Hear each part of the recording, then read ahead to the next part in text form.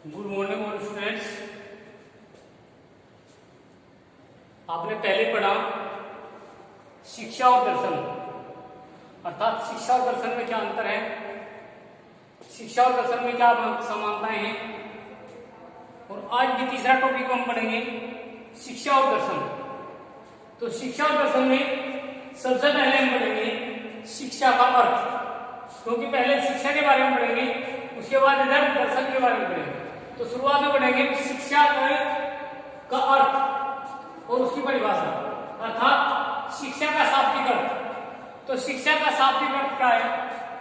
शिक्षा शब्द अंग्रेजी भाषा एजुकेशन का हिंदी रूपांतरण है, अर्थात हिंदी अनुवाद है।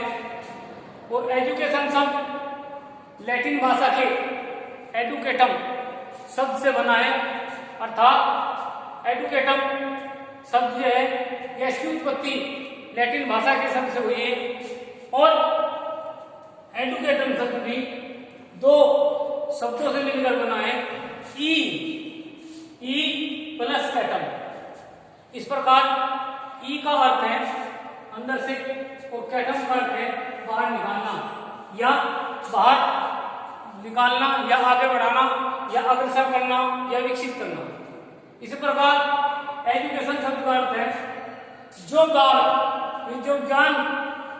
जो ज्ञान बालक के अंदर है उसको बाहर निकालना। यही शिक्षा का कार्य है, यही शिक्षा का अर्थ है। अर्थात जो ज्ञान बालक के अंतर्निहित शक्तियों में बसा है या जो अंतर्निहित शक्तियां बालक के अंदर है, शिक्षक का और शिक्षा का कार्य उसको बाहर लाना है।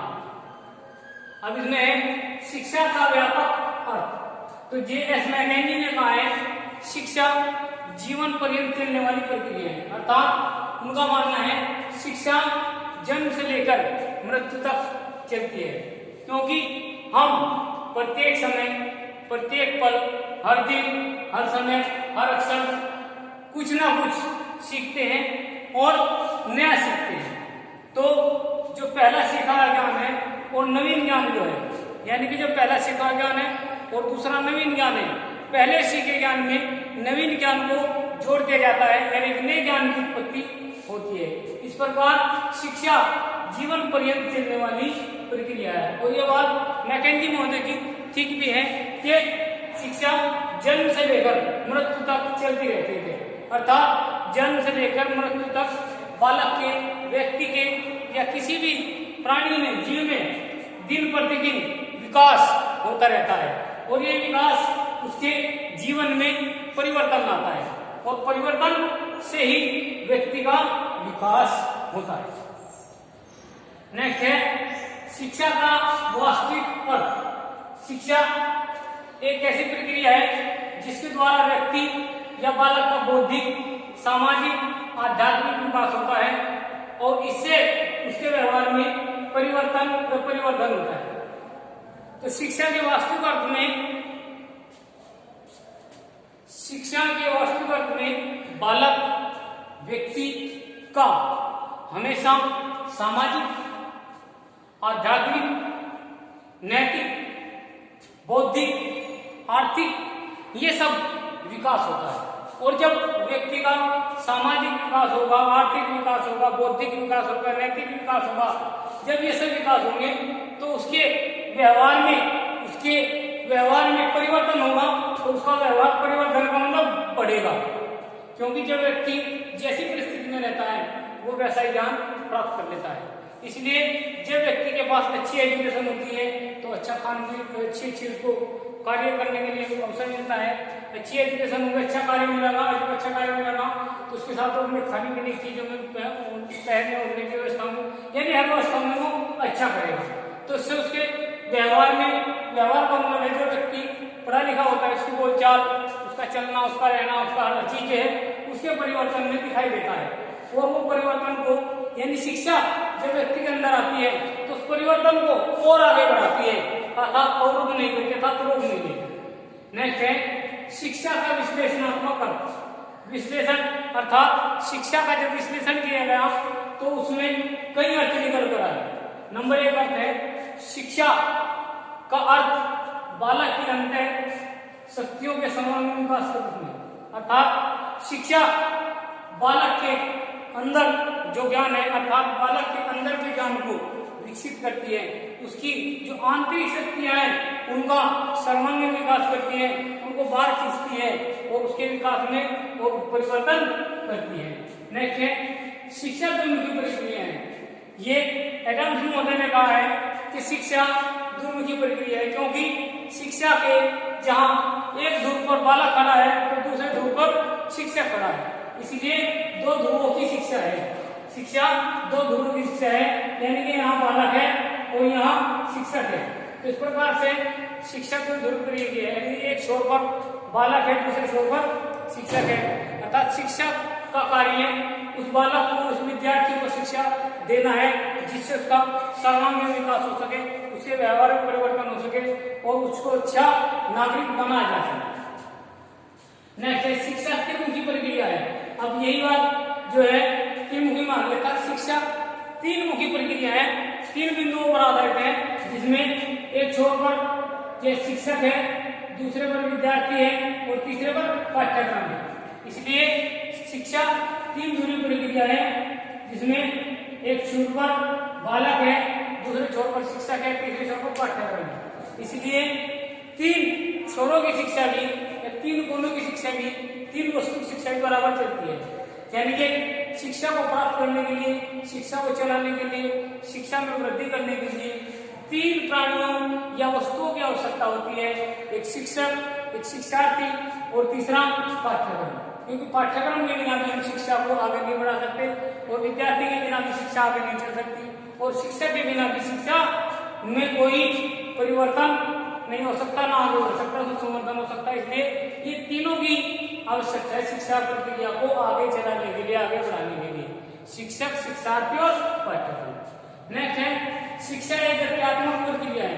गत्यात्मक मतलब गतिशील अर्थात डायनेमिक, अर्थात शिक्षा लगातार चलने वाली प्रक्रिया है, क्योंकि हम हर पल, हर क्षण, हर दिन कुछ ना कुछ नया सीखते हैं, जिसमें जो हमारा नवीन ज्ञान है वो शामिल होता है और ओल्ड ज्ञान में अर्थात प्राचीन ज्ञान में, पूर्व ज्ञान में नए ज्ञान का जो है मिलन होता है। यानी कि नए ज्ञान को पूर्ण ज्ञान, पहले ज्ञान से जोड़ा जाता है, यानी कि जो ज्ञान हमारे पास पहला है और अब वो नया ज्ञान मिलता है, तो दोनों मिलकर एक नया ज्ञान का निर्माण करते हैं और इसी से उसके जीवन में, हर चीज में, हर जगह उसका परिवर्तन होता है और उसकी अर्थात उसका सर्वांगीण विकास होता है।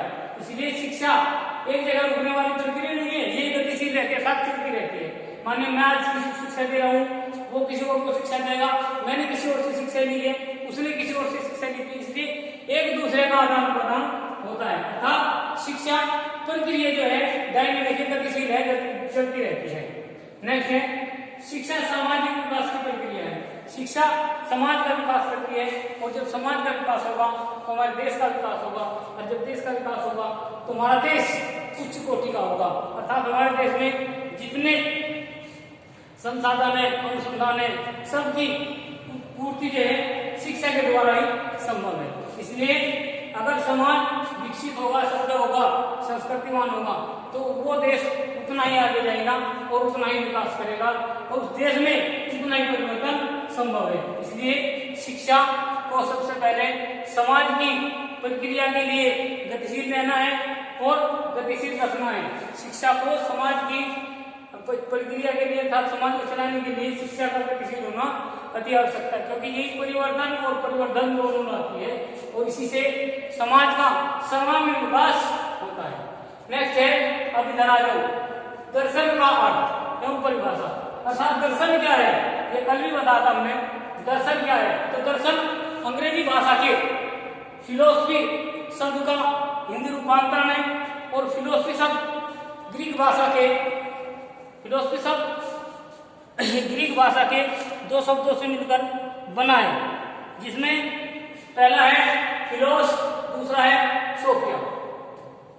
अर्थात दर्शन शास्त्र अंग्रेजी भाषा के फिलोसफी का हिंदी अनुवाद है और फिलोसफी शब्द ग्रीक भाषा के दो शब्दों से मिलकर बना है, फिलोस और सोफिया।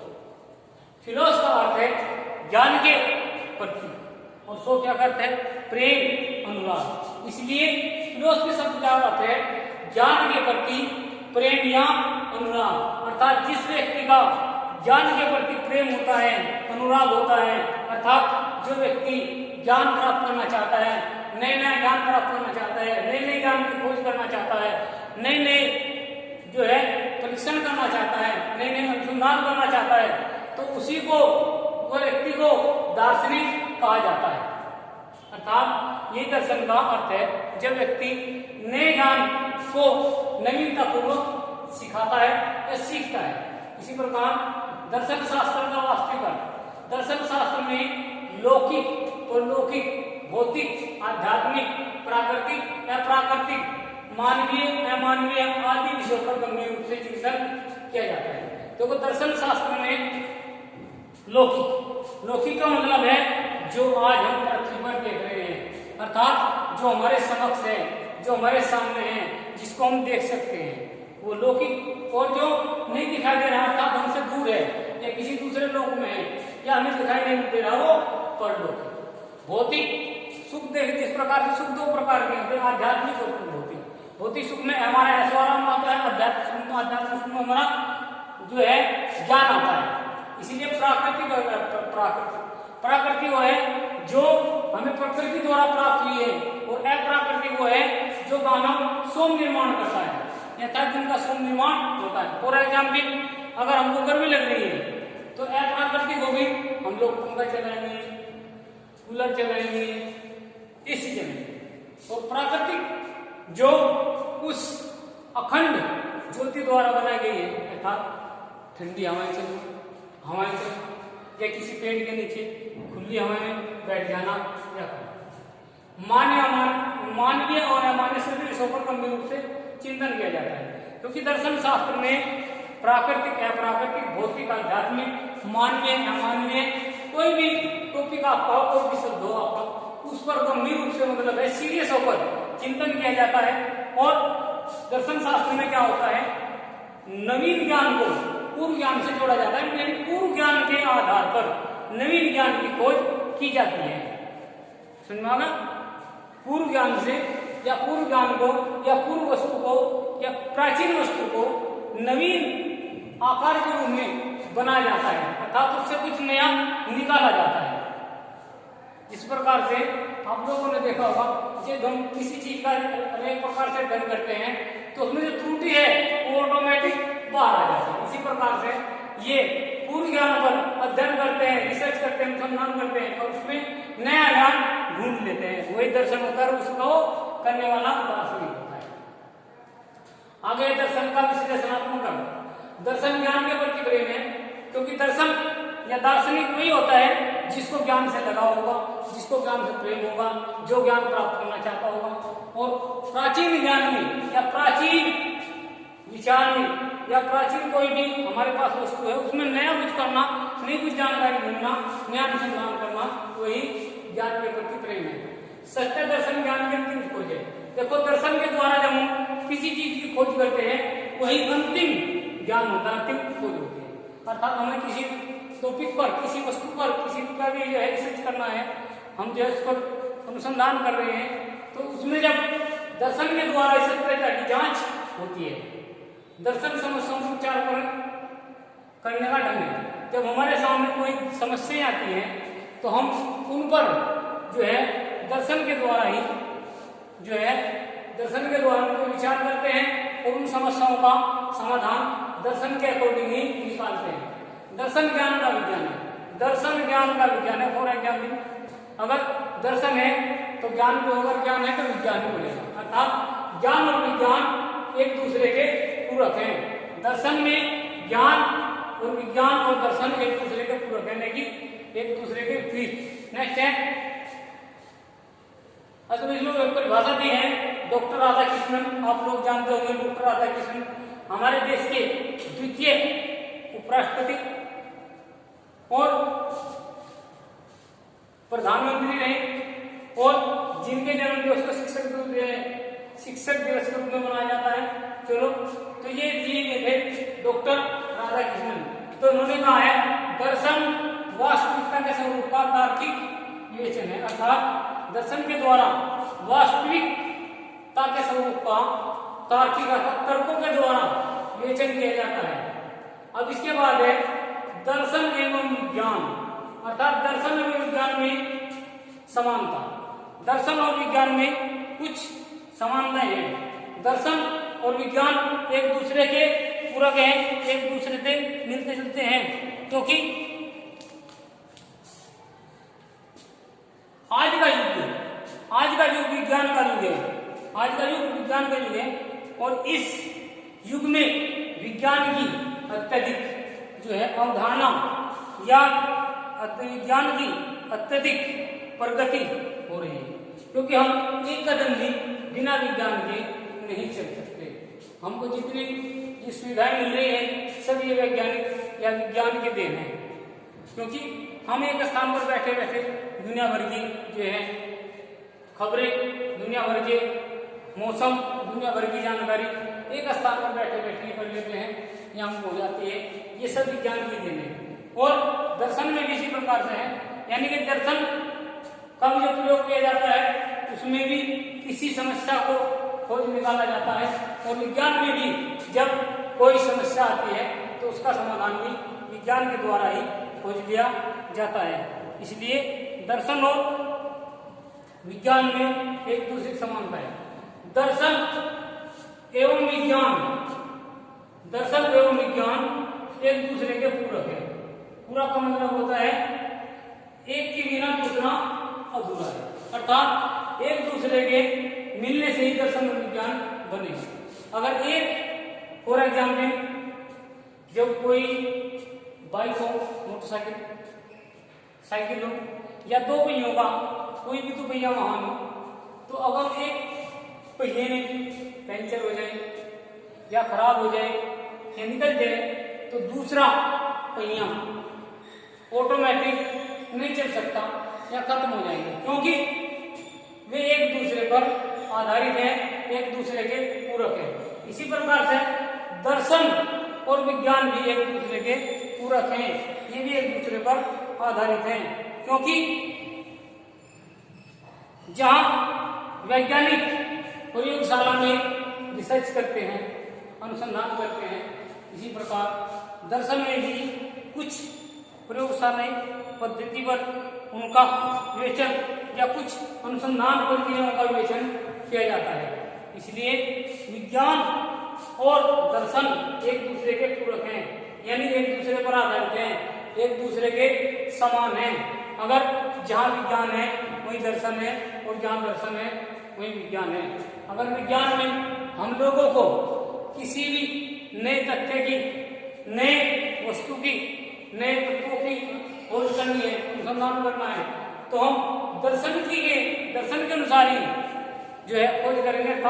दर्शन हमें बताता है कि हम किसी पूर्व परिणाम से संतुष्ट नहीं होते, उसी में से खोज निकालते हैं, उसी में से नई नई जानकारी प्राप्त करना चाहते हैं, तो वो विज्ञान की भांति ही कार्य करता है। अर्थात जैसे विज्ञान कार्य करता है वैसे दर्शन कार्य करता है। इसलिए विज्ञान और दर्शन एक दूसरे पर आधारित है, एक दूसरे के पूरक हैं, एक दूसरे के अनुनासिक हैं। इसी के साथ ये टॉपिक समाप्त हुआ। Thank you.